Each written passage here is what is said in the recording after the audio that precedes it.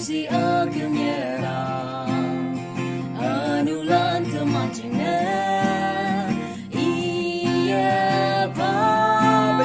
husara imin yong ha agumyenang loka haleluya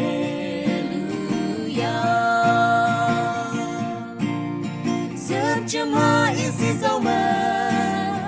heweng amai loka Demaya tampu ba kawang paminyong ha Hosana se Hong limong maya ite kemang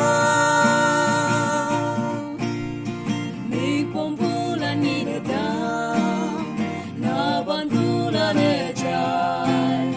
Tak bulan umay datang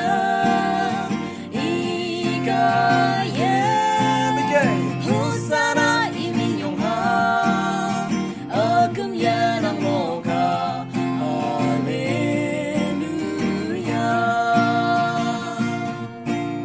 sejama isi zoma heweng amai loka demaya tampu ba kawang paminyong ha Hosana se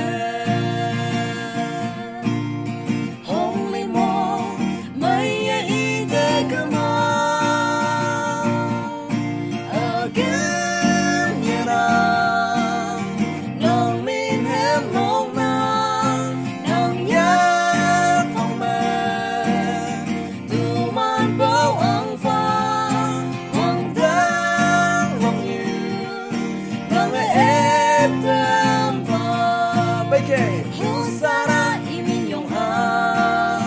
agumyenang loka haleluya